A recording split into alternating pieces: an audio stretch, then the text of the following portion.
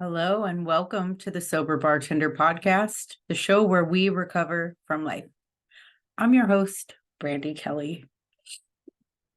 Today I want to talk about quick fixes. We're all looking for a quick fix, whether it's our weight loss, whether it's our relationships, our finances, all of the things that we see as obstacles in our life or we see as things that need to be fixed. We all want a quick fix. So I've got a quick fix for you today. So just bear with me. I saw something today that said, you do not need to be fixed. You are not broken. And I feel like that is such an important statement. Like I read it and then I heard myself say it in my head and then I felt it in my body. And there was a time that I didn't believe that. And I didn't feel like I would ever be fixed. And I felt like if there was a road to being fixed, it was just such a long and tedious path that I didn't have what it took to actually get there. So I've talked to a lot of people who are at that point to where they see obstacles, they see the issues in their life, and it just seems so daunting and out of reach. The solution does. So the best quick fix is to know and believe that you're not actually broken. There are some things that you can be doing better. And I can tell you that the easiest way to do that is to start now, start small. I talk to you guys a lot about, incorporating things into a routine that encourage the life that you want to live. So if you're feeling broken, if you're feeling kind of beaten down, like what is one thing that you have wanted to start in your life? Like one small thing. What's that one little thing to where you've said, I'll start tomorrow, or I'll start when I feel better, or when I have more energy, or when life settles down? Like what's one thing that you can actually start with today? And what would it take for you to do that on a regular basis? Would it take an alarm? Would it take having a family member or a friend, holding you accountable for that thing? Is it just adding one healthy meal to your daily meal plan? Is it eating at home more often? Is it scheduling a date and connecting over a meal that somebody else prepared? Is it starting a savings account? Is it going for a walk? Is it letting the sun hit your face for 5 full minutes and not doing anything else but breathing? Those things seem so small and so insignificant, but they're actually game changers. And they're tiny steps to being more aligned with the life that you want to live. So if it's waking up and stretching, or waking up and dancing, or singing when you're in the shower, or singing when you're in the car to get those energies moving, and just to have moments of pure joy and giving your brain a break. I don't know what the number of thoughts that we have a day are. But my podcast mentor, Kathy Heller, she read a study to us when I was learning how to create this podcast. And like 70% of the thought, we have like millions of thoughts a day, and like 70% of them are negative. And so I'm not telling you don't think, but don't believe everything you think. So I also came across some other quotes today that just spurred me into wanting to sit down to talk to you guys. The first one was stop worrying about what could go wrong and start being excited about what could go right. So a lot of times we don't want to do that because we don't want to get our hopes up because we're trying to avoid disappointment. So, in a perfect world, we would live without expectation and we would just go with the flow and we would live with full equanimity. And,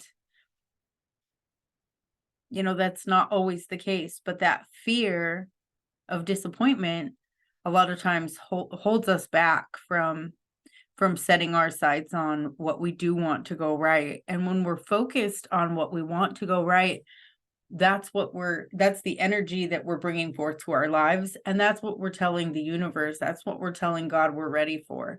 So putting our focus on what could go right and getting excited about it puts us already at that level of being ready for it.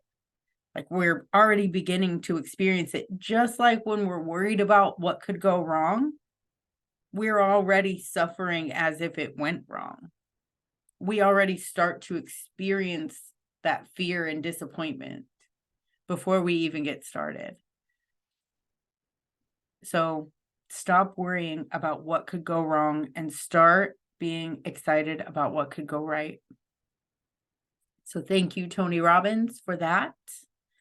And then the next quote is, if you believe it will work out, you'll see opportunities.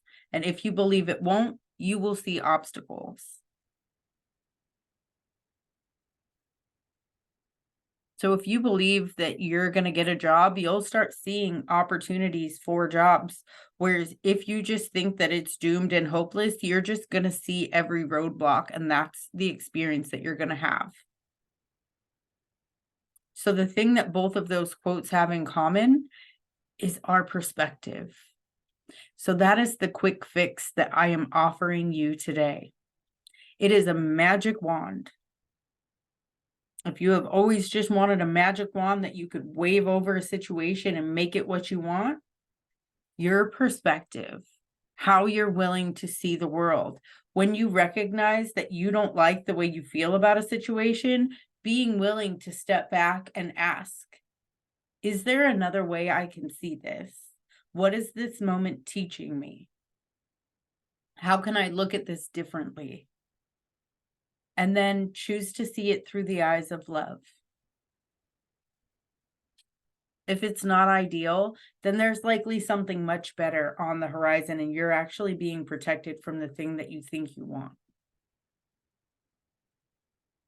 They say that when one door closes, another opens, or when God closes a door, he opens a window. So these things that seem like they're rejections or failures, they're just paving the way to where you're going. So how you choose to see your world is going to determine your outcomes. So when you start feeling negative about the way you're thinking and feeling, wave that magic mental wand and choose to see it through the eyes of love. Choose to be hopeful. Choose to find the joy in the moment or the gift in the moment, instead of worrying and anticipating and living in that fear. Like when you live through the eyes of fear, you're suffering. And a lot of times, most things that we're afraid of happening don't even end up happening, but we still experience them in our bodies and in our minds and in our hearts as if they did happen. I love Mel Robbins. I don't know if y'all are familiar with Mel Robbins, but she is a straight shooter, no nonsense kind of person. And I like to take from what she teaches, but add a little bit of loving kindness and compassion. And she said, stop asking, why are they doing this to me? And start asking, why am I allowing this in my life? And that points out our agency. And that brings me back to something that I learned in the 12 steps, which is I'm responsible for everything that is happening to me.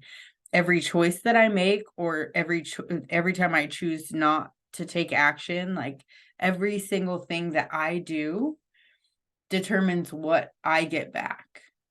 So if I'm a people pleaser and I continue to say yes, yes, yes, yes, yes, then I sit back and go, why do they keep calling me? Don't they know that I need a day off? It's like, well, this is a result of me consistently saying yes. And I'm not a victim of this. I'm a victim of myself not being willing to say no for fear of judgment or fear of disappointing others. But people can count on me to be true to myself and to be completely honest with them. Hey, can you do this for me? It's a simple yes or no. And if I say no, it's because I'm not available for that at that point in time.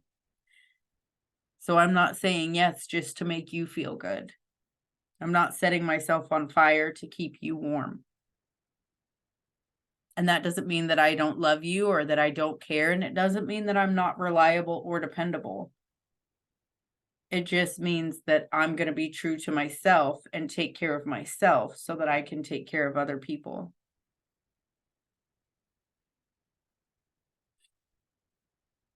So I feel like the quick fix that I wanted to talk about, that magic wand, is our perception. Like if we look at a situation and we feel like we're a victim, if we shift that and go, how am I contributing to my situation? Where am I responsible? Because guess what? I can control me. I can control when I use my voice, when I'm in fear, and how I walk through that fear. I can control whether I say yes or no. I can control how I show up for myself and for others in the world. And that determines my outcomes. But it all starts up here. It starts with my thoughts.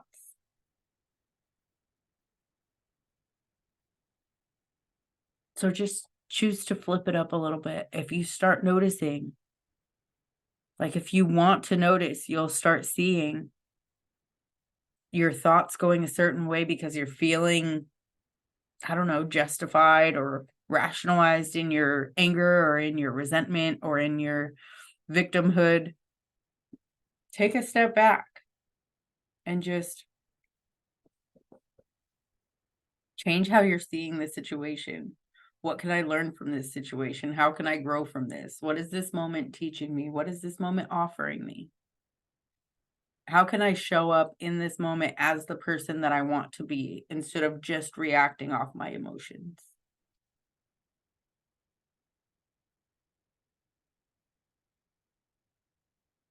Stop worrying about what could go wrong and start being excited about what could go right. Add a little optimism to your day. Get hopeful, get excited. Celebrate the little things. If you believe it will work out, you will see opportunities and you will see them everywhere. Tiny miracles just happening all around you. If you believe it won't, if you believe you will fail, if you believe it won't work out, you will see obstacles. You will see roadblocks. You will see reasons why it won't work out. And you will be telling the universe that that's what you want. And stop asking, why are they doing this to me? And start asking, why am I allowing this? It's all in us, guys. Our experience, who we are, us. That's up to us. We can't control what's happening out there, but we can control this and how it shows up in the world.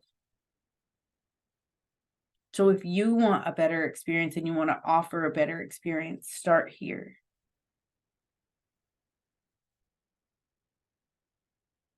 I appreciate you listening. I am so glad you're here. If you are struggling, I just want you to know you are going to get through this and you matter.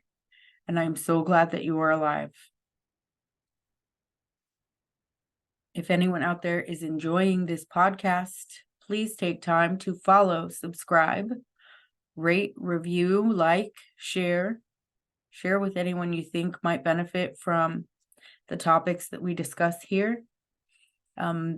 We're still on the Sober Summer series. We're doing just shorts to get us through the summer. We took a little break from that last week, but we're back at it this week. Thank you so much for listening. I love you guys. I really do. I love doing this. I love hearing from you. Please reach out. You can find me on Facebook, Brandi Kelly. There is a Facebook group for this podcast. It's called the Sober Bartender. That's on Facebook. You can find me on Instagram at the Sober Bartender Podcast and on YouTube at the Sober Bartender.